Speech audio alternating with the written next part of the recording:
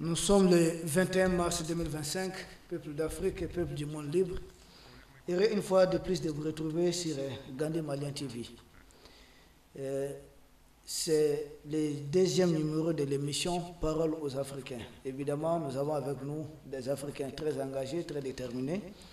Et ils ne sont plus à présenter. Ils étaient là au premier numéro, les mêmes, puisque beaucoup nous ont appelés pour dire vraiment que c'est d'éminents experts. Effectivement, nous ne sommes pas trompés du choix. Il s'agit d'éminents experts, l'inspecteur de la douane à la retraite. Il aura le temps de se présenter à nouveau pour ceux qui viennent de prendre l'émission en vol. Et à ma gauche, le docteur, un grand médecin qui est très connu ici, au Mali, au niveau peut-être international même. Lui aussi, il aura le temps de se présenter. L'émission, c'est Parole aux Africains. Aujourd'hui, comme thème, nous avons deux thèmes. La fois passée, c'était un seul thème et ça portait sur l'AES de façon générale. Aujourd'hui, nous avons jugé nécessaire d'aborder le thème de la francophonie, puisque les pays de l'AES y sont retirés. Et second thème, nous avons une sortie d'un ancien premier ministre du Mali qui fait en tout cas assez de bouquins ici. Ça fait beaucoup de bruit. Avec nos experts, nous allons essayer d'avoir leur point de vue là-dessus. Nous commençons par l'inspecteur de la douane qui est à ma droite. Salut à vous. Bonjour, M. Diawara. Bonjour à tous les travailleurs de Gandhi Malian TV. Bonjour à tous les téléspectateurs et surtout des remerciements pour l'accueil qu'ils ont fait au premier numéro de Parole aux Africains. Merci. Je suis Daniel Koulibaly, inspecteur des douanes, comme vous l'avez dit, à la retraite. Comme toujours, féru de politique, mais pas politicien. Ok. Docteur? Merci, Général. Moi, c'est Dr Mamadou Sina Traoré. Je suis médecin praticien à l'hôpital Mère Enfant Luxembourg. Et c'est un réel plaisir encore de se retrouver avec mon oncle Koulibaly, mais qui ne m'a pas donné de femme encore. Donc, ça viendra. Mais chez nous, on prend plus que 4, alors si. D'accord. Merci. Merci, Sabri Stardé. Nous commençons, le droit des nains oblige, nous commençons par l'inspecteur de la douane, M. Daniel Koulibaly, parce que c'est quoi la francophonie? Tout le monde parle de ces retraits. Mais est-ce moi je vois la francophonie de la même façon que l'expert Daniel Koulibaly ou que le second? Nous ne savons pas, ou vous autres même. Nous allons avoir son point de vue là-dessus. C'est quoi la francophonie? Pour un jeune Africain qui vient de faire son entrée dans le monde peut-être géopolitique, alors comment vous pouvez l'expliquer un peu la francophonie? C'est quoi? Bon, pour résumer et ne pas compliquer, la francophonie, c'est la réunion de tous les pays ayant le français en partage. C'est aussi propre que ça. Il y a d'autres volets qui ont été ajoutés, mais fondamentalement, son cœur de métier, c'était la promotion de la langue française. Ok. Oui. Il y a d'autres choses qui ont été ajoutées, ça peut être quoi? Peut-être le volet politique. La diversité culturelle, tout un pan d'activités qui ont été ajoutées et qui ont élargi son champ d'action. Mais son cœur de métier, c'était la promotion de la langue française et des diverses langues qui sont dans ces pays francophones-là. Effectivement. Essentiellement, c'était ça à la base. Je pense que vous rejoignez les tweets du président français Emmanuel Macron, qui a laissé entendre que la francophonie, c'est pas une seule langue, mais 1000 cultures et autres. Voilà. C'est ce volet qu'ils ont ajouté, mais c'est là aussi à son poids. Et dans notre analyse, nous allons voir. Docteur Silla, vous ajoutez quelque chose? Oui, évidemment. Cette histoire de francophonie ne dit pas en réalité son nom. Il y a, comme les juristes le disent, il y a la loi et l'esprit de la loi. Oui. Francophonie, il y a francophonie et francophonie. Parce qu'à travers cette langue-là, le français, ils ont regroupé beaucoup de pays, environ 90, oui. Et en disant que voilà, nous sommes dans une communauté dont le bien commun est la langue française, et en disant qu'ils vont parler d'autres langues locales et tout, et ça n'a jamais été fait. Moi, à mon avis, quand on rentre dans les vifs du sujet, je vais essayer de développer un peu, de faire un peu d'historique et de voir comment est-ce que ces Français-là, de la colonisation jusqu'à nos jours, ont essayé en tout cas de nous mettre dans un carcan. Et leur langue fait partie. Ils nous ont imposé leur langue, et là, c'est une sorte de néocolonisation. Parce que, en réalité, l'esprit de la francophonie n'est pas comme ce qu'ils ont dit. Ils avaient une arrière-pensée. Et on en débattra, Inch'Allah. Effectivement, parlant même de nous imposer la langue, nous savons, tous les linguistes avisés le disent, la langue est le support d'une culture. Et donc, c'est peut-être nous imposer leur culture à travers le français. C'est bien ça. Exactement. Doyen, nous restons avec vous d'ailleurs, le docteur est là. La francophonie, l'Afrique de façon générale, parce que nous voyons qu'il y a beaucoup de pays africains. Beaucoup de pays africains sont membres de la francophonie. Est-ce que la francophonie a un impact réel sur l'Afrique? Je dirais non, catégoriquement. Et voyez-vous, moi je suis très pragmatique. De sa création en 1970 à Niamey, à nos jours, est-ce qu'on peut indexer quelque chose de bien que la francophonie a fait en Afrique? Il parle de culture. Il parle de développement durable, culture, politique. Il parle de questions de genre, de tout quoi. Mais de sa création à nos jours, ça a toujours été bénéfique pour les Français, pas pour les Africains. Nous, on les suit, nous sommes des suiveurs. Ils décident de ce qu'ils veulent faire de nous. À travers la langue, ils ont pris l'esprit même de l'Africain. Beaucoup de gens pensent que voilà, c'est... Même chez nous ici, on dit, bon, voilà, ils parlent bien français, ils parlent au subjonctif, voilà, c'est pour cela que... Voilà, exactement. On a seulement en parlant le français, on a pensé que c'est on a attribué, je ne sais pas, le terme d'intellectuel, de grand intellectuel, à certaines personnes ici au Mali, alors qu'ils n'avaient pas de grand background, comme le disent les Anglais, background. Ils n'avaient pas de background. Seulement, ils parlent français, et en parlant cette langue-là, on les a qualifiés de grands intellectuels. Et un anecdote même de cela, parce qu'il y avait un homme politique au Mali qui a dit une histoire, tout le monde a entendu. Il disait que son neveu lui avait dit, papa, achète-moi un vélo. Vélo, c'est pas vélo. Le fait que le petit a dit un vélo, donc ça veut dire que le petit ne connaît rien. Il est allé à l'école pour rien. Or, dans cette langue-là, c'est compliqué le français. Le petit même n'avait pas fait de faute de langage. En réalité, on appelle ça le barbarisme grammatical. Tout le monde, ça peut arriver à tout le monde. De changer un mot, n'est-ce pas, par un article par un autre. Oui, il a changé juste un article et ça lui a valu tous les fautes du monde. Il a refusé parce que lui, dans son esprit, quand quelqu'un ne parle pas français comme, je ne sais pas, Nicolas Sarkozy, il n'est pas instruit, quoi. Voilà. Alors, si nous comprenons bien l'analyse du docteur Sylla, il faudrait faire la part des choses entre la maîtrise d'une langue et puis être intellectuel. Exactement. Être intellectuel, c'est une somme de beaucoup de critères. Ce n'est pas forcément parce qu'on parle une langue, sinon chaque être humain, en tout cas, parle une langue, en tout cas plus ou moins une langue.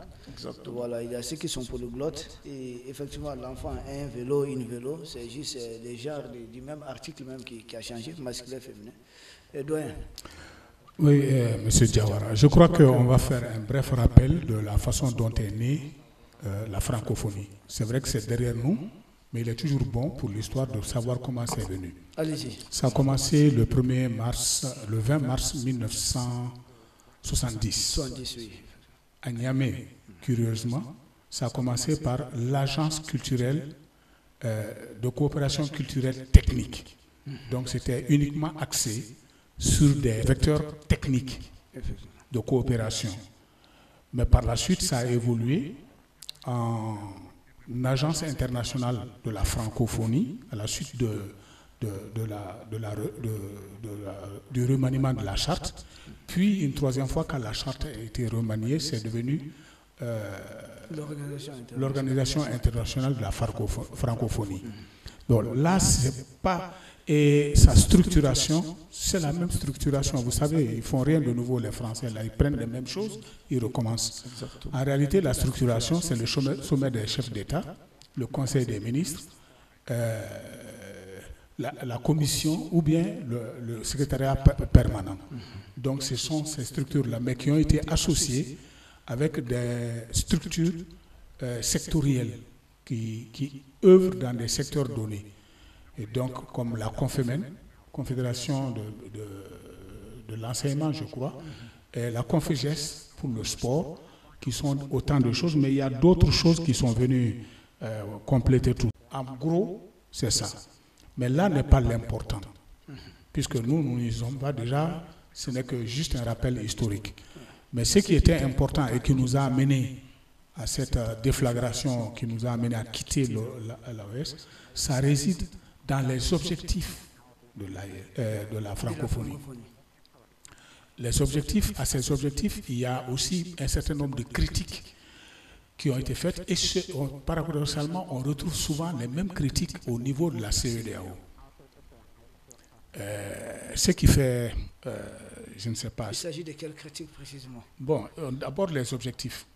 Okay. Il y a 4 objectifs qui ont été définis. La promotion de la langue française et de la diversité culturelle et linguistique. Ça, c'était son cœur de métier. Ensuite, il y a la promotion de la paix, de la démocratie et des droits de l'homme. Ensuite, il y a l'appui à l'éducation, la formation, l'enseignement supérieur et la recherche. Et enfin, le développement de la coopération économique au service du développement durable. Donc, c'est les 4 objectifs. Mais si vous remarquez, le second objectif est le plus intéressant.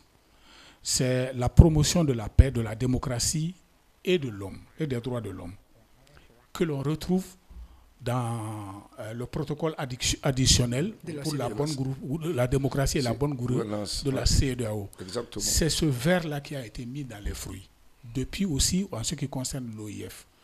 Et c'est ce qui a entraîné des problèmes, même qui nous ont amenés à partir.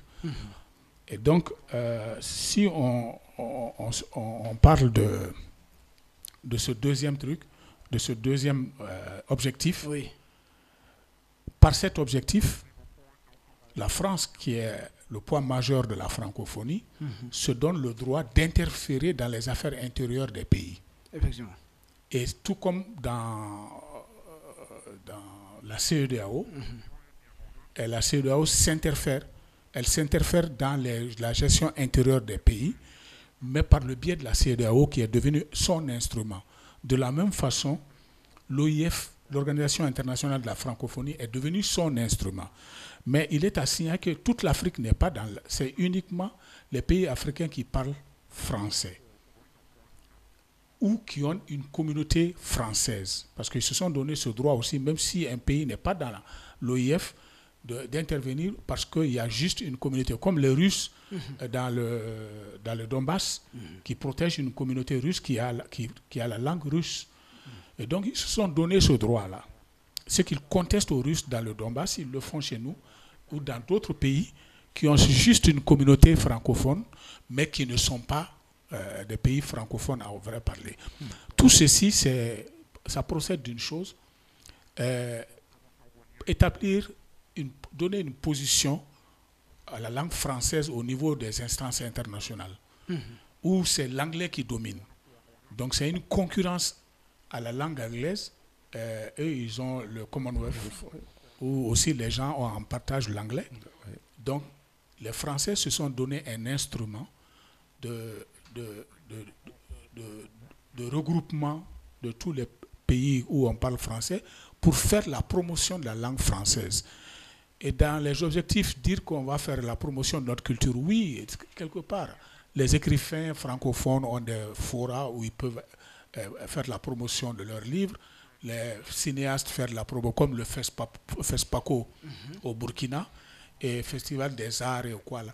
Donc là, c'est des plateformes qui sont données pour la promotion de l'art et de la culture. Mais à proprement parler, je ne vois pas, peut-être, à part l'alphabétisation fonctionnelle, je n'ai plus vérifié si ils sont à la base de la vulgarisation de l'alphabétisation fonctionnelle, bon, qui n'est même pas encore, après tant d'années, plus de 30 ans, 40 ans, qui n'a pas pris.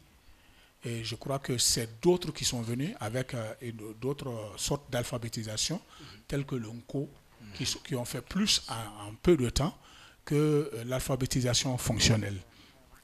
Donc, ce premier volet démontre par la similitude entre cet objectif-là et le même objectif qui est inclus dans la CEDEAO. Ces deux objectifs, ces 2 points suffisent à démontrer la pertinence, pourquoi on est sorti tant de la CEDEAO que de la francophonie. Parce que ça comporte les mêmes tares. Oui. Voilà. D'ailleurs, pour vous aider un peu, vous appuyer dans cette argumentation, Jean-Luc Mélenchon, un opposant au président français, a même fait un tweet, je ne sais pas si vous l'avez suivi, où il reprochait à Emmanuel Macron, sans doute, d'avoir mis à la tête de la francophonie une dame qui est d'un pays anglophone, notamment le Rwanda. C'est-à-dire c'est un pays anglophone aujourd'hui qui dirige la francophonie. Donc pour Jean-Luc Mélenchon, c'est tout simplement impardonnable, c'est une incohérence. Je ne sais pas si tu as suivi le tweet. Exactement. Ça, c'est le monde à l'envers. Hein. C'est une folie. Parce que le Rwanda même s'est retiré d'abord de l'organisation. Et après, on donne la présidence de l'organisation à une Rwandaise. Moi, en tout cas, je suis un peu troublé. Je n'ai pas compris.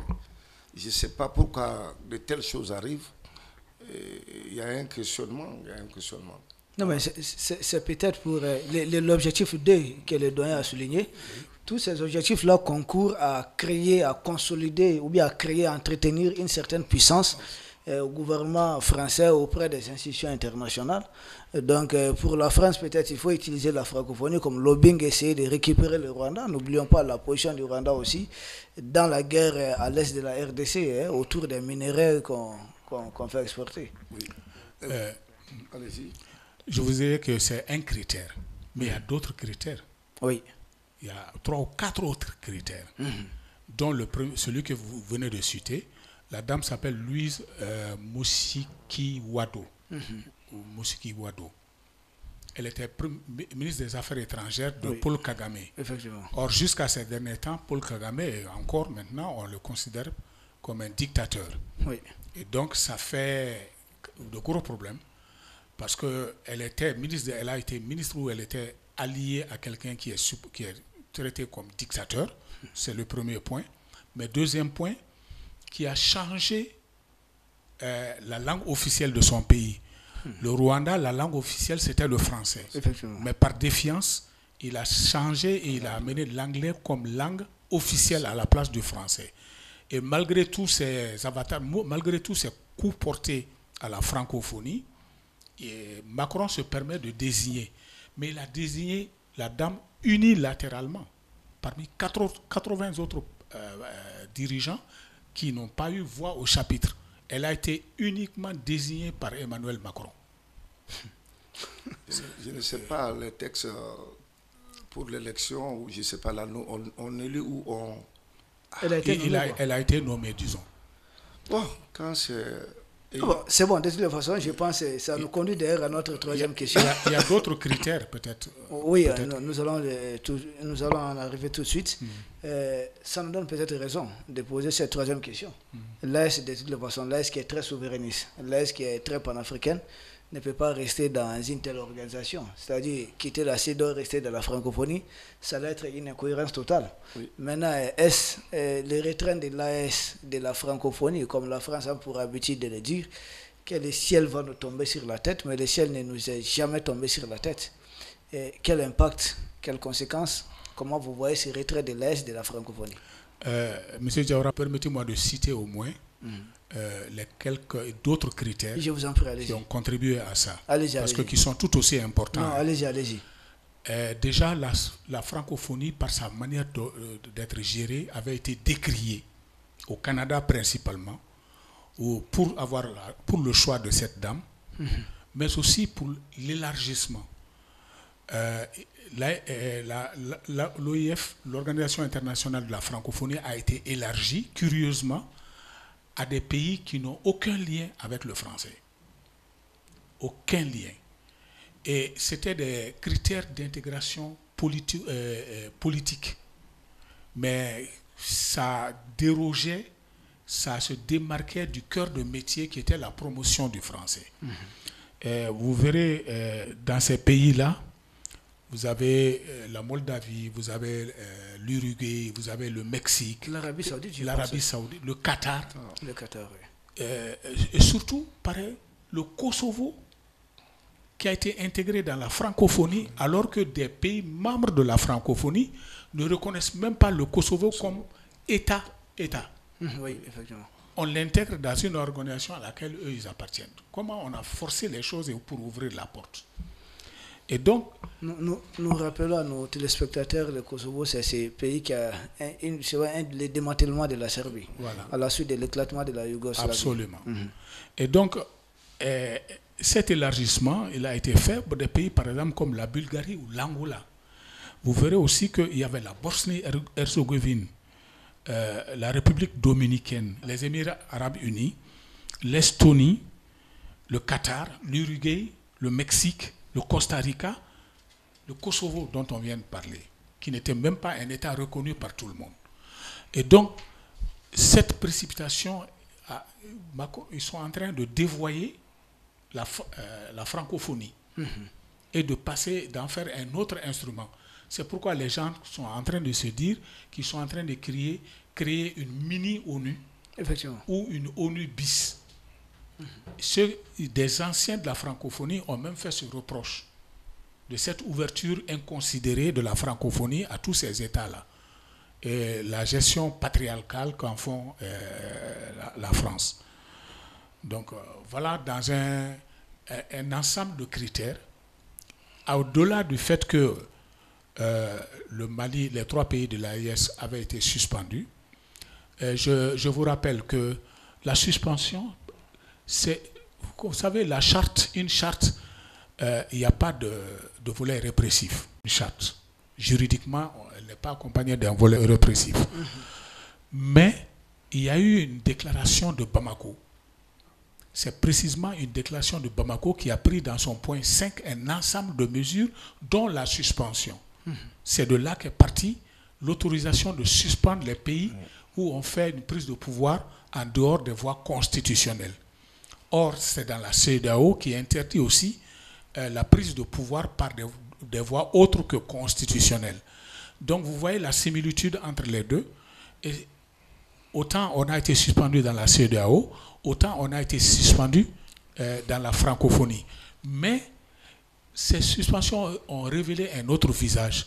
Les 2 poids 2 mesures qui caractérisent les relations au niveau de toutes ces institutions. Ces 2 poids 2 mesures parce que autant que le Mali, la Guinée, le Burkina Faso et le Niger et la Guinée avait connu un coup d'État, une prise de pouvoir par un coup d'État. Oui. La Guinée a été momentanément suspendue, mais ils ont levé la suspension de la Guinée. Pourquoi 2 poids 2 mesures? Pourquoi maintenir? Et je pense que peut-être, mais il faut voir du cas du Gabon, qui continue à jouir tranquillement de toutes ces choses-là. Exactement. Moi, je n'ai pas, peut-être que ça a pu m'échapper, mais je n'ai pas entendu que le été suspendu de la francophonie. Non, le Gabon et le Tchad ont continué. Gabon et le Tchad ont continué. Gabon, Tchad, parce que le Tchad, c'est un coup d'État qui ne disait pas son nom. Donc, il y a un ensemble, il y a un agissement qui repose sur le 2 poids 2 mesures. Et donc, qui a entraîné la frustration au niveau de nos États du Sahel, qui ont demandé, en fin de compte, qui se sont retirés. Et comme dans la CEDEAO, il y a un délai de 6 mois pour que ça devienne effectif. Ça aussi, c'est prévu. 6 mois. Docteur. Évidemment. L'AES, la francophonie, le retrait. Oui, le retrait, ils ont même trop tardé. Nos pays ont même trop tardé. Parce que, d'après un adage, si tu suis quelqu'un pendant 10 ans, soit disant que la personne pourra t'apporter quelque chose, il ne l'a pas fait, tu peux le laisser pendant 100 ans. C'est nous qui participons à ces organisations, qui cotisons, mais nous, on ne sait même pas Et l'esprit n'a pas été donné à beaucoup de comprendre que ces organisations-là ne sont pas pour nous. Voyez-vous, ils font leurs organisations, ils font les textes, c'est eux-mêmes qui violent les textes. La politique de 2 poids 2 mesures, le doyen vient de le dire, mais c'est hallucinant, ça ne passe pas par la tête. La même cause doit produire le même effet. Si le Mali, le Burkina et le Niger, s'ils estiment que voilà, le pouvoir a changé par coup d'État, et qu'au Tchad, au Gabon aussi, et même en Guinée, la même chose se passe, donc c'est incompréhensible. Et dans l'espace francophone aussi, il y a des pays où on est en train de faire le 3e, 4e mandat. La francophonie ne parle pas. Il parle de politique, de démocratie, de bonne gouvernance. Et c'est pas ça, c'est pas cohérent. Une organisation dans laquelle il n'y a pas de cohérence, ne mets pas ton pied là-dedans. Et puis tout a été fait sur nous. Tout a été fait sur nous parce que, voyez-vous, quand le sommet doit être organisé à Bamako ou à Niamey, ils te donnent quelques miettes pour que tu peignes les murs de ta capitale. Ils disent que la capitale est devenue belle, on va faire un bon sommet et tout ça. Ils viennent. Voilà, il y a le grand sommet des chefs de l'État, après quelques réunions, quelques recommandations, on plie bagage et ces recommandations-là ne sont jamais mises en œuvre. C'est quand même incompréhensible. Moi, à mon humble envie, on est resté dans la langue française là pour rien. Il est temps de changer cette langue-là, de voir devant nous et d'avancer. Parce que cette langue-là ne nous mène à rien. Quand tu rentres même dans l'avion, même Air France, tu quittes le sol parisien, par exemple, pour une direction du Moyen-Orient ou américaine, on te parle qu'anglais, ladies and gentlemen, tu n'entends que ça. Et même dans les pays qui sont limitrophes de la France, comme l'Allemagne, j'en ai un peu l'expérience, quand tu pars en Allemagne, il y a des Allemands qui parlent français, mais tu les parles français, ils font semblant de ne pas comprendre, ils ne te répondent pas. Mais quand tu les parles anglais, ils te répondent. Donc cette langue-là ne sert à rien, c'est une langue de sous-développement. Il est temps de quitter la langue et ils ont bien fait. Quitte à nous maintenant de décider ce qui va se passer, parce que quand on pose un acte, il y a des avantages, il y a des inconvénients, il y a aussi beaucoup de choses. Donc c'est à nous de cerner tout ça là et d'avancer. Oui. Avant de finir avec les critères, il y a aussi le financement. Okay. Les finances, l'OIF a choisi les finances mixtes, c'est-à-dire les finances qui reposent sur le financement public des pays en proportion du niveau de leur économie. De leur PIB sans doute. Voilà. Ensuite, un autre volet de financement qui est laissé aux philanthropes. Et qui dit philanthrope, l'autre jour je vous écoutais, vous parlez de Xavier Niel. Oui, Xavier Niel. Voilà. Le financement, quand on donne le financement pour des financements privés, pour des philanthropes, il y a même des associations qui interviennent, ou des associations ou des organismes qui interviennent. Et je me souviens qu'il y a 10 ans, ou je ne me souviens plus de quand c'était, et il y avait l'Agence française de développement qui finançait aussi la francophonie.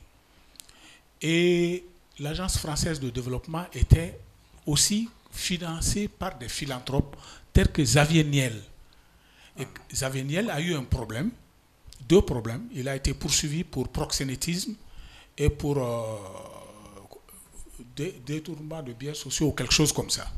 Pour le premier chef d'accusation, il a été reconnu non coupable. C'est proxénétisme pur et simple. Mais il a été reconnu non coupable. Mais pour le second cas qui concernait les biens sociaux, il a été reconnu et condamné. Et donc, un bienfaiteur, un philanthrope qui finance l'Association française de développement, qui à son tour finance, l'OIF, ça crée problème.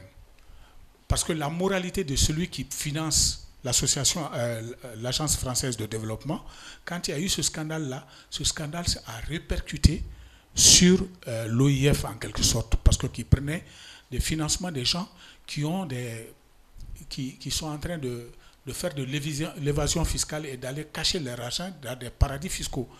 Dans ce cadre-là, il y a Patrick Draghi qui a aussi des problèmes, en même temps que chose, et le financement de George Soros a été soulevé à la même époque. Parce que George Soros a la particularité d'être quelqu'un qui est très riche, qui investit dans les organisations, dans les pays et tout, mais qui a obtus dans sa façon de voir les choses jusqu'à se mêler de la gestion des pays, interne des pays. Oui.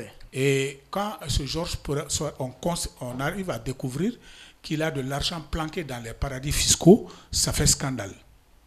Et donc, ça, c'était aussi un critère qui a pesé sur la décrédibilisation de la francophonie par le biais de financement mixte. Bon, maintenant, pour ce qui concerne, je crois, la question, c'était... Oui. Le retrait des pays de l'Est. Le retrait des pays de l'Est, est-ce que ça a un impact sur l'OIF, la francophonie? La francophonie ou sur l'AES elle-même? Bon, déjà, sur l'AES, il y a des programmes en cours qui seront arrêtés. Tout le poids, c'est de savoir des programmes qui sont faits depuis longtemps. Quelle est l'efficacité de ces programmes? C'est en fonction de ça qu'on peut dire qu'on perd beaucoup ou pas. Très rarement, nous avons des programmes dans ce genre de choses, surtout quand ça vient de la France, qui aboutissent et qui finissent et qui donnent de très bons résultats. Donc il faut avoir une idée de l'impact de ces programmes-là dans les domaines qui ont été faits dans l'enseignement, dans beaucoup de ces domaines-là. Et donc c'est avec cela seulement qu'on peut mesurer si les pays de l'AES perdent beaucoup ou pas. Parce que quand vous vous débarrassez d'un financement avec lequel vous n'atteignez jamais vos objectifs, vous n'avez pas perdu grand-chose. Ensuite, pour ce qui concerne l'organisation de la francophonie elle-même, le retrait de ces 3 pays est très préjudiciable. Parce que parmi les 3 pays, il y a le Niger qui n'est pas rien. Je vous avais dit depuis le départ que tout a commencé par l'ACCT, Agence de coopération technique et culturelle et technique, qui a été portée sur les fonds baptismaux par 4 dirigeants. Amani Diori, Léopold Sédar Senghor, Bourguiba, et puis il y avait un 4e là. Soué Carnot, ou bien peut-être les dirigeants Philippines, ou bien là où il y avait eu des guerres. Yougoslavie? Non. Vietnam. Où il y avait Vietnam. Où il y avait le prince qui était là-bas. Je crois que ces 4-là ont mis sur les fonds baptismaux. Vietnam, il n'y avait pas de prince, je ne sais pas. Bon, en tout cas, c'est dans ces pays-là. Okay. Je ne me souviens plus du nom, ça va me revenir peut-être. Okay. Donc, ce sont ces 4 qui ont porté sur les fonds baptismaux. Le Niger fait partie des pays créateurs, au vrai sens du terme. Aujourd'hui que le Niger se retire, ça a un impact négatif sur la francophonie. Avec tout ce qu'on dénonçait déjà autour, c'est vraiment, ça montre que la goutte d'eau a débordé les vases, jusqu'au retrait d'un pays fondateur qui est et ça peut jouer. Et aujourd'hui aussi, le Mali et le Burkina qui se retirent, ça rétrécit les champs d'action. Mais ce qu'il ne faut pas oublier, c'est que ces 3 pays se trouvent au cœur de la francophonie, de l'Ouest africain. Au cœur de la francophonie de l'Ouest africain. Nous avons le Tchad, nous avons en haut l'Algérie, oui, qui, même si elle parle encore le français, même si ce n'est pas sa langue officielle, vous avez la Mauritanie, et nous sommes entourés par le Sénégal, la Guinée, la Côte d'Ivoire, et puis on contourne le Togo, le Niger. Donc il y a ce système au cœur duquel se trouvent ces 3 pays-là. Quand ces 3 pays se retirent de la francophonie, elle bat de l'aile au niveau de l'Afrique de l'Ouest. Voilà. Et encore, peut-être une conséquence que je vais ajouter, sans doute, c'est ce que vous aviez dit au départ. Le fait que peut-être l'intelligentsia, le gouvernement français, essaie de faire la francophonie une ONI bis, deuxième ONI. Quand on a encore des pays en moins, c'est foutu. Le projet c'est foutu. Et vous avez bien fait de parler de l'Algérie, on peut considérer ces pays comme sur les départs. Même le Togo et autres, c'est des pays qui sont à peu près sur les départs. Dans un premier temps, on essaie de narguer entre des choses. Je n'ai pas dit c'est tout de suite, même le Gabon, Ali Bongo, avant sa chute, c'est parce qu'il il avait basculé dans le voilà, Commonwealth. il basculait du côté du Commonwealth. Il y a beaucoup de pays francophones qui sont en train de basculer du côté Commonwealth, peut-être en essayant de voir comment le Rwanda a pu peut-être gagner quelque chose, et ces pays même ont tort, je ne pense pas. Si aujourd'hui la France même récompense le Rwanda qui a abandonné la francophonie pour le Commonwealth avec le leadership de la francophonie, mais je pense que les pays ont raison de quitter tout simplement la francophonie. Docteur. Ça donne un truc, oui. Une vision. Le penholder, c'est venu à la chute de ça. C'est-à-dire les pays, leur représentation au niveau de l'ONU, c'est la France qui est leur porte-plume. Oui. Exactement. Et le Mali a rompu avec ça. Je crois que les autres pays ont dû le faire aussi. Mais en pleine crise, le Mali a rompu, a dit la France n'est plus le hold pen du Mali. Et donc ça diminue d'autant son influence au niveau de l'ONU. Effectivement. Docteur, vous avez quelque chose? On va terminer avec ce thème. Oui, je dirais qu'il est temps quand même pour nous de comprendre cette France-là. Parce que cette France-là, le certificat de décès de notre développement, de notre épanouissement, a été signé le jour où l'Afrique a rencontré, l'Afrique a rencontré la France, quoi. Le colonialisme français. Qu'on doit distinguer de la France. Exactement, Aimé Césaire a écrit sur ça et tout. Voyez-vous, sur la langue française, il parle aussi de culture. Est-ce que la culture française, ce sont les Français qui viennent toujours vers chez nous? Voilà, arrêtez ça, c'est pas bien, ne pratiquez pas d'excision, de circoncision, on ne doit pas se laver la main quand on mange, on doit faire ceci, on doit faire cela. Mais non, l'Afrique, nous, on a notre culture à nous. Et ils ont leur culture. Ils ne peuvent pas venir nous dire d'abandonner nos pratiques de tous les jours et d'embrasser, comment ça s'appelle, leur culture. Et ça, de la langue, on parle de la culture. Et même chez nous, maintenant, il y a des gens qui ont l'esprit tellement colonisé qu'ils parlent que français. Il y a un politicien malien qui dit que lui, il parle vraiment en France, il y a des fromages là-bas, il y a des parfums. Ok. Non, je n'ai pas encore fini. Docteur, allez-y. Leur manière de manger même. Il y a des gens qui ont dit non, niet. Moi, il y a un livre que un auteur que j'ai connu, peut-être que tu connais, Léon Contradamant. Ah, ok. Lui, sa maman il était métis, sa maman était une blanche. La maman lui inculquait les bonnes manières. Il a écrit un poème, une poésie qui s'appelle Ok. Ouais, un texte. Oui, un texte où il disait que j'ai beau avaler 3-4 gorgées d'eau par 24 heures, mais revient mon enfance dans un hockey, secouant mon instinct, désastre parlement. Ma mère voulant d'un fils de très bonnes manières à table, les mains sur la table. Le pain ne se coupe pas. Quand tu manges, tu ne dois pas tirer le pain. Les pains ne se rompent pas aussi. Le pain se rompt. Le pain se rompt, on le coupe avec un couteau.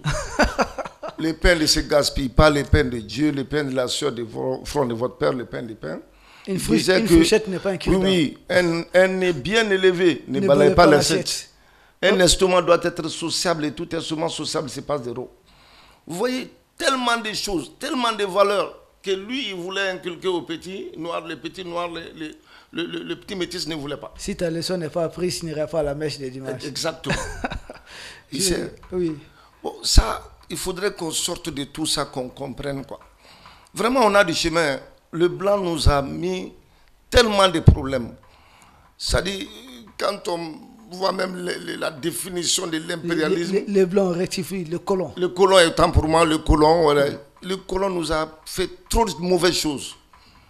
Leur volonté de mettre sous leur domination politique, économique, culturelle et linguistique. C'est là la domination linguistique là qui constitue la francophonie. Merci, général. Merci bien. Pour conclure sur... Ok, on conclut avec ce thème. Voilà. C'est que le retrait de ces 3 pays de l'OIF n'est que la suite logique du retrait de toutes les organisations qui nous briment, qui nous empêchent notre souveraineté. C'est sortir de la néocolonisation. Exactement. Et ça participe à ça. Et pour l'Afrique, j'espère que ce serait un indicateur pour tous les autres pays africains qui peut-être, parce que ces pays-là ont été les premiers de l'accorder, peut-être d'autres les suivront. Merci. Merci. Donc si c'est une suite logique, donc cap prochain, sans doute, ça serait l'UEMOA. L'UEMOA, c'est la monnaie, c'est même pas une monnaie. Un instrument de souveraineté. Voilà. Exactement. Il s'agit du franc CFA, donc nous pensons que ça, c'est les prochains caps. Nous passons sans doute à notre second thème, qui porte sur la sortie que nous avons vue à travers un média aussi que nous trouvons être des jurons France-africains. Il s'agit de Jeune Afrique.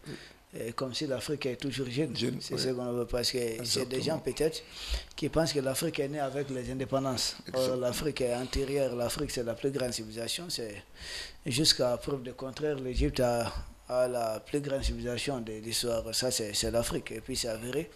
L'Afrique est le berceau de l'humanité. Maintenant, titré Jeune Afrique et puis appelé l'Europe vieux continent, souvent ça donne ce que ça veut dire. Bon, quoi que fait, l'ancien Premier ministre, il s'agit de Moussa Mara, qui est le second Premier ministre de l'ère Ibeka. Exactement. Il a été Premier ministre en 2014, j'ai bonne mémoire. Les propos que Jeune Afrique attribue à l'ancien Premier ministre, nous disons à présent comme ça, parce que nous n'avons pas encore vu un démenti de sa part, il propose de discuter avec les touristes, dans ce que rapporte Jeune Afrique, de discuter avec les touristes pour mettre fin à la guerre. Donc ça sous-entend quoi? Il n'y a pas autre façon de mettre fin à la guerre si ce n'est de discuter avec les touristes. Je ne comprends pas bien. Docteur. Que d'eau ont coulé sur cette question-là. Voyez-vous, depuis le temps de Modibo Keïta, quand les premières rébellions ont pris jour, ces premières rébellions-là ont été sérieusement matées. Et depuis, on n'a plus entendu parler. C'est dans les années 90 que la deuxième rébellion est venue, au temps de Moussa Traoré. Moussa aussi a fait ce qu'il pouvait. Et pour endiguer ce mal, je parle de ce mal-là. La rébellion, c'est le terrorisme, c'est la même chose. C'est la même chose. C'est des choses qui ne disent pas leur nom, mais c'est la même chose. C'est une simple communication. Donc Moussa aussi a fait ce qu'il pouvait. Il les a amenés à une table de négociation où les premiers accords là, de Tamaracet ont été signés. Et chacun se rappelle de ça. Les accords de Tamaracet, ça ne dépasse pas 2 feuilles. Non, une page. Une page. Ouais, et 8 points. Oui. Et là, avec l'avènement de la nouvelle démocratie, la plus belle démocratie. Démocratie impérialiste. Démocratie réaliste. Et là, avec les démocrates, tout est allé, tout a chamboulé. On a vu le Malien acheter son déplacement dans son propre pays. Parce que souvent, pour qu'un homme politique partait battre campagne dans ces lieux, il fallait payer les bandits là. Oui. On les soudoyait. Le Mali a consenti tellement d'efforts. Avec les différents accords qui se sont succédés, tous ces accords-là, quand tu lis seulement, tu tombes KO quoi, quand tu es un patriote. Je ne sais pas pourquoi, je ne me rappelle pas de ces points-là, mais tout était en notre défaveur. On a même accepté de recruter des gens qui ne savaient ni lire ni écrire comme colonel dans notre armée. Nous saluons d'ailleurs le chef de l'État, le général Assimi, qui a laissé entendre lors d'une sortie que le Mali payait 50 millions chaque trimestre aux groupes touristes juste pour protéger peut-être nos bâtiments et puis quelques officiels là-bas. 50 millions chaque 3 mois aux groupes touristes. Avant qu'ils ne soient au pouvoir. Merci de la contribution. Et en plus de ça aussi, ces bandits-là ne sont même pas pratiquement des Maliens. Il y a une histoire de géographie, de géopolitique là-dedans, où nous, on pensait que notre véritable ami, pour les gens pour lesquels le Mali a tout fait. Et je me rappelle, ils étaient en train de dire les noms des acteurs qui ont fait la guerre d'Algérie avec le Mali. C'était un député français, il n'a pas parlé du Mali. Ceux qui ont aidé l'Algérie à avoir son indépendance, ils n'ont pas parlé du Mali. Bon, ils sont ce qu'ils sont. Et c'est l'Algérie qui est à la base de toutes ces choses-là. Notre amitié avec l'Algérie, c'est une amitié tronquée. Pour que tu vives, pour que je vive, il faut que tu meurs. Et c'est l'Algérie qui a fomenté tout ça avec les colons. Pourquoi? Pour notre gaz, notre pétrole, l'or qui est là-bas et tout ça. Et maintenant, le pays était comment ça s'appelle, à genoux. Il y a des jeunes officiers qui ont pris les responsabilités et qui ont lutté farouchement pour la récupération de la totalité de notre territoire. Et maintenant, l'ennemi étant aux aguets, et il y a des Maliens, des gens qui ont occupé de hautes sphères ici, de hautes fonctions de la nation. Il s'agit d'un ancien Premier ministre. D'un ancien Premier ministre. Il est de ma génération. Moi, je n'ai pas été Premier ministre. Oui. Voilà, je n'ai pas été Premier ministre. Mais j'aime le Mali plus que lui, quoi. Parce que moi, je considère que ce monsieur-là n'a pas vraiment un amour de son pays. Il a son programme, il a ses pensées, il a son logiciel. Et moi, je le comprends. Parce que pour avoir étudié la psychiatrie, c'est une genre d'exagération du moi psychotique, quoi. Je ne sais pas, je le qualifierais de paranoïa ou pas, non, mais non. C'est un monsieur qui veut le pouvoir à tout prix. Et qui pense qu'il vaut mieux que tous les Maliens. Ah non, je ne suis pas d'accord. C'est ce que vous pensez de... Oui, de lui. De son attitude. De son attitude. Et vouloir même aller s'exprimer dans les médias mensonges. Jeune Afrique et France 24 et TV5 Monde, on le connaît. Ils ont été cherchés d'ici.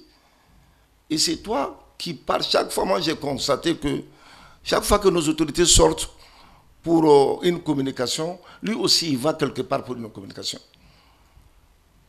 Et moi, je comprends. Je le comprends. Je ne vais pas le blâmer. Je vais pas le... Mais discuter avec les terroristes. Discuter avec les terroristes, ça relèvera du miracle, quoi. Peut-être qu'en l'an, je ne sais pas quoi, 6000 ou bien, je ne sais pas. Ça se réalisera. Mais qu'est-ce qu'on va proposer même aux terroristes? Aux terroristes, il n'y a pas d'autre solution. On a assez discuté. Allons-nous accepter de couper les bras, les pieds, des jambes ici des citoyens maliens? Parce que c'est ça, discuter avec les terroristes. Absolument pas. Et puis ce qui est ahurissant dans tout ça là, il y a eu beaucoup de choses au Mali. Il y a notre bateau là qui a été frappé par un missile. Il y a eu des morts à tout bout des champs. On ne connaît même pas les statistiques. Et c'est même pas une petite dose de compassion pour communiquer et dire qu'ils ont condamné. Mais on va où? C'est bon. Et oui. Doyen? Merci. Je voudrais signaler un fait. Je suis personne ressource de l'Église catholique. Ok. Et donc souvent mes interventions s'inscrivent dans la doctrine catholique. Oui. Il faut m'en excuser, c'est ma culture, c'est ma conviction, c'est ma foi. Allez-y. C'est que je ne peux pas condamner quelqu'un qui propose aux belligérants d'aller au dialogue. C'est toujours une bonne chose, d'autant plus qu'au-delà même des religions, dans nos spiritualités, l'arbre à parable, c'est le symbole du dialogue. Et comme on dit, en Bambara, c'est qu'il faut être damouillé, comme aimait le répéter l'ancien président. Donc ça fait partie de notre culture.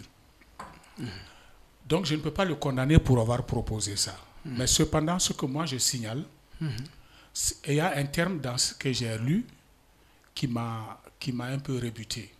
Le terme terroriste.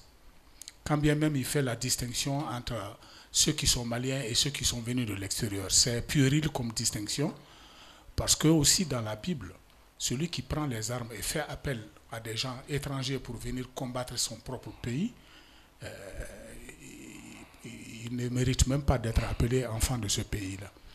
Mais ensuite, en ce qui concerne le terrorisme, la doctrine sociale de l'Église qui a insisté sur un point, je le résume, le recours au terrorisme est injustifiable et nuit même à la cause que l'on veut défendre. Donc ça, c'est le point de vue de l'Église catholique en ce qui concerne le terrorisme. Mais cela n'empêche pas que lorsqu'il propose un dialogue avec les terroristes, au lieu de rejeter tout de bloc ou de l'admettre tout de bloc, il faut procéder à une démarche analytique pour voir ce qu'il dit qu'est-ce que ça revêt, quelles sont les conséquences, où est-ce qu'on peut aller. Monsieur, vous me permettez? Le doyen, vous avez terminé? Non, je laisse le doyen continuer, mais je voudrais lui poser une question, une seule question très simple. Est-ce que le Mali n'a pas discuté avec ces gens-là? Vous marchez sur ma langue. Oui. Ok, laissez le doyen terminer. Oui, ensuite on va répondre. J'en viens. Oui. Je n'en suis qu'aux prémices. D'accord. Donc je définis le cadre. Oui. Moi, le cadre dans lequel je m'inscris, c'est on ne rejette pas, on n'admet pas, on analyse. Oui. Et c'est une démarche analytique qui peut nous permettre de savoir, au bout du compte, est-ce qu'il faut rejeter sa proposition ou pas. Ou il faut l'accepter. Voilà, s'il faut l'accepter. Et pour moi, je pose un ensemble de questions qui sont cachées dans tout ça et qui permettent aux gens... Vous savez, votre émission, vous l'avez assez bien instituée, c'est Paroles aux Africains. Paroles aux Africains. Et qui s'adresse essentiellement aux panafricanistes de l'intérieur, mais aussi, surtout de l'extérieur. Donc, une telle démarche qu'il fait, une telle proposition a un impact à ce niveau-là. Alors, il faut disséquer, démontrer, étaler, et c'est la meilleure façon pour que chacun se fasse une idée. Moi, je fais je pose un ensemble de questions qui permettent de voir toutes les implications. Ok, doyen, allez-y, vous étiez en train d'expliquer les préceptes en matière de guerre et de dialogue, il y a 3 préceptes qui sont communément admis. Ok, lesquels? Le premier, c'est qu'on dit que toutes les guerres finissent par un dialogue autour de la table. Ok. Et d'ailleurs, le Premier ministre Moussa Mara, comme je le disais, l'a cité en a parlé dans son interview. Simplement, il faut aller en profondeur de la citation. Quand on dit toute guerre finit par une négociation autour de la table, de la guerre à la table, il y a un long chemin. Et c'est pendant ce long chemin-là que s'établit le rapport de force. C'est lorsque un des deux belligérants voit que la balance pense en sa défaveur qu'il va demander des négociations pour en finir, pour essayer de sauver le peu qui reste. Et donc, ce n'est pas automatique. Il y a une démarche qui aboutit à un rapport de force, soit en faveur de l'un, soit en faveur de l'autre. Et c'est ce qui amène au dialogue. C'est rare que deux belligérants qui pensent qu'ils peuvent arriver à battre l'autre, se mettent à dialoguer. Oui. C'est rare. Donc, le précepte, c'est que de la coupe aux lèvres, il y a un long chemin. Ce n'est pas automatique. Le deuxième précepte, c'est qu'il a été dit par des gens comme le général de Gaulle qu'il ne faut jamais négocier le couteau sous la gorge. C'est un dérivé du premier principe. Parce que quand on voit dans le premier principe, celui en défaveur duquel penche la balance, c'est celui-là qui va demander à dialoguer pour sauver le reste. Et donc, c'est lui qui sera obligé de négocier le couteau sous la gorge. Or, les chefs de guerre comme De Gaulle et autres ont dit qu'il ne faut jamais négocier le couteau sous la gorge, c'est déposer les armes. Et d'ailleurs, actuellement, quand Macron insiste pour que l'Ukraine soit à la table de négociation, ce n'est rien d'autre que ça, pour rehausser un peu l'Ukraine qui manifestement était en train de perdre. Macron dit de renforcer l'Ukraine avant de s'asseoir à une table de négociation. Donc ça, c'est le deuxième principe. Il y a un précepte. Il y a un troisième précepte, c'est les terroristes. De plus en plus, les pays confrontés au terrorisme sont en train de parler, de poser un principe, ne jamais négocier avec les terroristes. Aujourd'hui, il y a l'émergence. Qu'est-ce qui s'est passé? Les prises d'otages dans le désert ont contribué à nourrir le terrorisme chez nous. Ils prennent une personne, ils prennent 10 milliards, 50 milliards et ils se renforcent. Et donc on sauve la vie d'une personne, mais en contrepartie, on met en danger la vie de 500 autres. Et c'est à ce jeu-là qu'on a joué. Et donc, je voulais camper cette affaire avant d'en venir à mes questions. Ces questions, je pense, nous permettront de mieux comprendre sa démarche et de là. D'abord, il y a le volet historique dont il a parlé. Depuis les années 1990, avec Moussa Traoré, jusqu'à Ibeka, que de négociations il y a eu, que de tables rondes, que d'accords, et surtout que de concessions que le Mali a fait. Jusqu'à pratiquement remettre en cause l'unité territoriale du pays. Jusqu'à créer des Maliens de catégorie première et des Maliens, des sous-Maliens. Et tout le reste de la population est en train de voir ça, mais elle s'est tue au nom de la paix. Mais il y a une récurrence. On fait des négociations, on fait des accords, et quelque temps après, ça reprend. Il y a deux choses qu'il faut constater. Il y a eu, chaque fois qu'on fait des négociations, après, il y a eu une multiplication exponentielle des groupes rebelles ou des groupes terroristes. Ça, c'est un premier point. Le deuxième point, quand bien même on négocie, on fait des concessions, jamais le problème ne finit. Alors il faut se poser la question, normalement, est-ce que se poser sur l'efficacité de ces négociations-là? Est-ce que ces négociations en valent la peine? Pour un homme d'État, je crois qu'il doit se poser cette question et nous démontrer que malgré tout, ça en vaut la peine. Il y a un troisième point à partir des négociations. Quand on négocie et que chaque fois le problème ressurgit, il faut se poser une troisième question. Est-ce que ceux avec lesquels nous sommes en train de négocier sont les vrais représentants habilités à négocier? Est-ce qu'il n'y a pas d'autres personnes tapis derrière qui ne sont pas autour de la table et qui sont les vrais décideurs? Ça peut être des personnes, ça peut être aussi des pays qui instrumentalisent le terrorisme chez nous. Et donc, si vous négociez avec des terroristes qui n'ont pas voix au chapitre, qui ne sont que des instruments entre les mains d'autres personnes, des mercenaires simplement, vous n'arriverez jamais à éteindre cette affaire. Est-ce qu'on pourra éteindre le terrorisme à partir de là? Est-ce que la vraie négociation, ce n'est pas avec les sponsors ou les vrais commanditaires? Toutes ces questions doivent venir sur la table. Ensuite, à défaut d'avoir une vie d'ensemble, on se demande, il y a une quatrième possibilité. Est-ce que les vrais objectifs, ce sont les vrais objectifs qu'on est en train de traiter? Parce qu'ils viennent autour de la table, ils font des revendications, on leur fait des concessions, ils s'en vont, ils reprennent. Donc, est-ce qu'on a touché au vrai point à négocier? Est-ce qu'ils ont dévoilé leur vrai objectif, qui peut être autre, mais qu'ils ont caché sous des trucs sibyllins? Mais comme vous le dites, si ils ne sont qu'en mission, est-ce que des missionnaires connaissent les vrais objectifs et ils ne sont là qu'à remplir des tâches? Et donc, les deux sont liés. Il faut trouver les vrais commanditaires. Et quel est le vrai objectif? Si c'est la partition du Mali, aucune négociation ne fera qu'on peut l'empêcher. Parce que ceux qui sont cachés derrière savent ce qu'ils veulent. Ensuite, on constate aujourd'hui que l'armée malienne a repris l'ascendant et les terroristes sont dispersés sur tout le territoire. Terroristes, il fallait s'attendre à ça. Ils avaient des bastions qu'ils occupaient. Terroristes ou rebelles, pour moi, c'est la même chose. Ils avaient des bastions.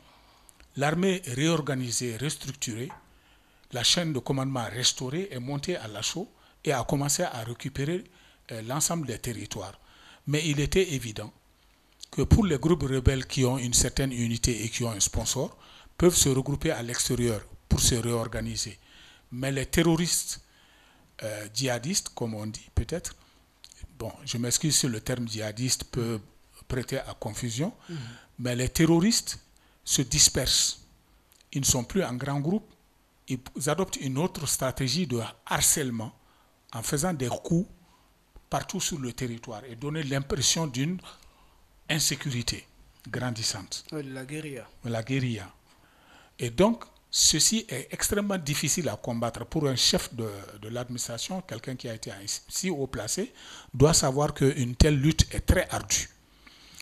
Est-ce le moment où l'armée est en train de s'organiser, de créer des camps un peu partout pour faire un maillage du territoire, acheter les armements conséquents, former des militaires? Au moment où ils sont en train de faire ça, avant même qu'ils ne finissent, vous montez au créneau pour demander des négociations. Est-ce que quelque part ce n'est pas précipité? Est-ce que quelque part ce n'est pas mettre en dévaloriser les avantages acquis par l'armée? Parce qu'aujourd'hui, comme je l'ai dit, il est indéniable que l'armée a repris du poil de la bête et c'est eux qui sont en débandade. Mais si au moment, c'est eux qui doivent demander des négociations, mais si un dirigeant de ce pays vient demander ex abrupto, comment est-ce qu'on appelle, des négociations, alors que c'est quelqu'un qui a été Premier ministre, c'est pas rien, c'est considérable. Est-ce que ce n'est pas un désaveu de son propre camp? Parce que s'il y a quelqu'un qui doit demander des négociations, c'est les terroristes. Ça ne va pas venir du camp des Maliens. C'est eux qui vont savoir mesurer l'impact de leur perte et se dire il faut sauver le peu qui va rester et demander la négociation. En ce moment, c'est eux qui vont négocier le couteau sous la gorge. Et c'est à cela qu'on veut arriver. Mais si un Premier ministre qui a une voix au chapitre au Mali vient à ce moment-là, alors que l'armée est en continuelle évolution pour se préparer, pour occuper rationnellement le territoire, si vous venez demander la négociation, est-ce que vous n'envoyez pas un signe aux terroristes pour leur dire les attaques, les harcèlements que vous êtes en train de faire portent fruit? Effectivement. Et ça, c'est les réconforter dans leur situation. Et ça va les amener à ne pas, eux, demander et vont se dire, bon, la population malienne est en train de demander des négociations, c'est que nous sommes en position de force et ça va rééquilibrer le rapport de force entre nous. Donc, le dernier point, c'est que nous avons aujourd'hui des autorités de la transition qui sont des militaires, qui, mieux que les militaires, savent quand finir une guerre. Un tel appel ou bien un tel moment pour négocier, c'est les militaires qui peuvent savoir on est arrivé à un point de non-retour où les autres n'ont pas d'autre chose à faire que de demander la négociation. Mais en Algérie, c'est arrivé quand, à propos du fils, ils ont maté et ils ont offert des portes de sortie. Ceux qui déposent les armes, qu'ils viennent, voilà, ça aussi c'est une autre possibilité, mais qui peut absoudre ou réintégrer ceux qui n'ont pas le sang et poursuivre ceux qui ont initié cette affaire-là. Et donc voilà un ensemble de questions que son appel soulève. Et c'est à la lumière de ces réponses-là qu'on peut se dire que son appel est bienvenu ou bien que on ne peut pas se le permettre actuellement d'aller dans ce sens-là. Okay. Voilà ce que moi je fais comme analyse. Merci. Oui, merci. Je peux un peu ajouter. Et effectivement, doyen, tout ce que vous avez eu à verbaliser, toutes les analyses là, c'est vrai, il y a pas mille questions qu'on doit se poser. Ce monsieur-là est contre nous. Le moment, il choisit des bons moments. Non, on s'attaque uniquement à ce qu'il a dit, c'est-à-dire les faits. Non, les faits sont têtus. Les faits de vouloir discuter avec les faits sont têtus, les faits disent tout. Mais celui qui ne veut pas les comprendre ne comprendra pas. Et quelle autorité l'a autorisé à aller parler à notre nom? Il me fait penser, ce monsieur, je n'ai rien contre lui. Hein. Il me fait penser, vous connaissez bien le football. Oui, le football. Oui. Voilà. Donc, une équipe qui est en difficulté, il recrute un avant-centre. C'est lui qui doit marquer le but. L'entraîneur paye un grand prix pour l'avant-centre. On te met, voilà, on a toute notre confiance sur toi. Marque des buts pour qu'on se qualifie, pour qu'on atteigne notre objectif. D'accord? Un match de football, c'est 90 minutes. Ça peut aller au-delà. Mais lui, il joue 80 minutes, il ne marque pas. L'entraîneur prend un autre joueur, il les remplace et le joueur marque 3 buts. Et lui, étant sur les bancs de touche, il dit non, si j'étais là-dedans, j'allais faire comme ça, l'actionnaire, j'allais... Mais non, on reconnaît le mensonge au pied du mur. Au pied du mur. Il a été choisi comme Premier ministre. Oui, il a été Premier ministre. Il a été Premier ministre, c'est pas rien. Pour ses qualités, ou bien si c'est une main invisible, je ne saurais le dire. Mais Mara est ce qu'il est. Je ne sais pas si... je ne sais pas. Je ne pourrais pas le qualifier. Je n'ai pas les qualificatifs. Ok. Peuple d'Afrique, peuple du monde libre, moi, ce que je n'ai pas ajouté, j'anime l'émission. Tout ce que je sais, il y a aujourd'hui, seules les autorités au pouvoir sont habilitées à savoir quand est-ce qu'il faut négocier et pourquoi négocier et avec qui négocier. Et je pense qu'on n'est pas aux affaires. Il peut dire qu'il propose, mais est-ce qu'il n'a-t-il pas les moyens de proposer en coulisses aux autorités? Était un ancien Premier ministre, donc un homme d'État qui a accès aux autorités par un canal. Et donc il y a toujours un canal par lequel les anciens hauts placés de la République peuvent toujours accéder au président. C'est un ancien Premier ministre, je pense qu'il a discuté avec un Premier ministre au temps de la transition. Donc pourquoi l'avoir fait publiquement? Pourquoi l'avoir fait sur Jeune Afrique? Ça, ce sont des questions qu'il faudrait poser pour bien comprendre davantage. Et demain, il dit pour mettre fin à la guerre. Laisse-t-il entendre que sans discussion avec les terroristes, cette guerre ne prendra jamais fin? Laisse-t-il entendre que l'armée malienne n'a peut-être pas les moyens d'écraser les terroristes? Parce que c'est ce que ça peut supposer. Parce que quand il dit pour mettre fin à la guerre, il faut discuter avec les terroristes. Donc, n'y a-t-il pas autre alternative de mettre fin à la guerre si ce n'est discuter avec des groupes terroristes? En tant qu'analyste aussi, c'est la question que nous nous posons. Maintenant, ces terroristes-là sont-ils maîtres de ce qu'ils sont en train de faire? Si oui, alors à quoi sert la plainte du Mali au niveau des Nations Unies contre l'État français pour soutien aux terroristes? Donc l'État malien a montré à plus B que ces terroristes-là ne sont que des mercenaires qui sont en mission. Donc s'il faudrait discuter, son discours suppose qu'il faudrait discuter avec les vrais commanditaires des terroristes qui sont les colons, en tout cas Macron et autres, et toute sa bande.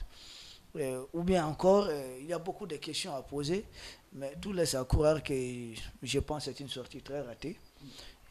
Nous proposons d'ailleurs à cet ancien ministre de présenter ses excuses publiquement au peuple malien, aux dirigeants du Mali. Il faut présenter ses excuses publiquement. Ça a été dit sur Jeune Afrique. Jeune Afrique, à ce que nous sachions, ce n'est pas un journal aujourd'hui en tout cas qui défend le combat de la libération des pays africains. La façon dont ça a été dit, c'est-à-dire quand vous n'avez pas la main aux affaires, vous ne connaissez rien de ce qui se passe au niveau de l'état-major, vous faites une telle sortie, ça peut aussi galvaniser les terroristes qui peuvent dire qu'en réalité nous avons mis les populations maliennes en difficulté à telle enseigne que quelqu'un qui peut-être est supposé être candidat à la présidentielle, comme lui-même il a dit sur France 24 ou TV5 Monde, quelqu'un qui est supposé, en tout cas qu'on suppose être présidentiable, demande à discuter avec le groupe terroriste. Or, il n'y a pas longtemps, les terroristes avaient aussi lancé un appel à la communauté internationale de faire pression sur les armées de l'AES.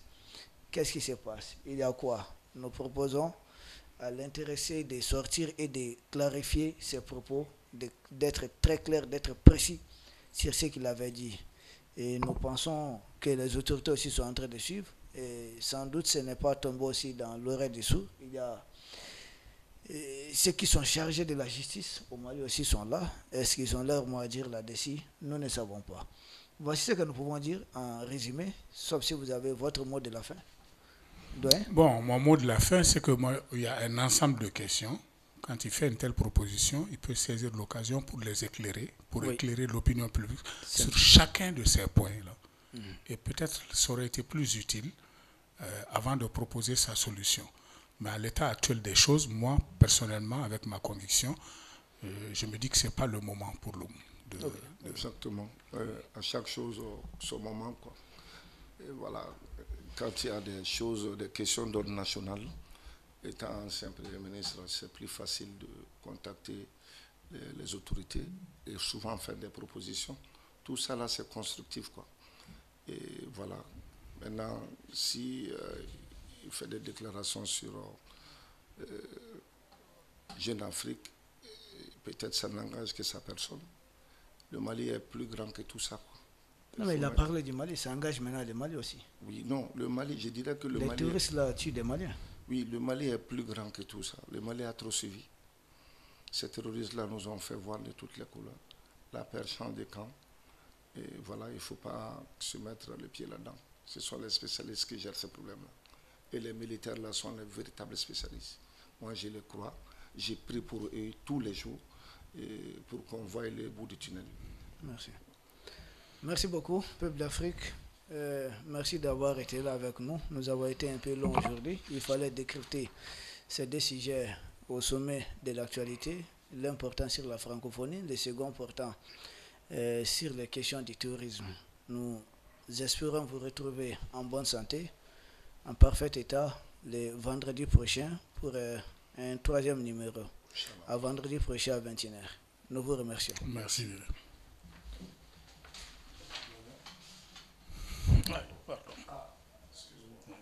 Voilà, c'est bon. Merci.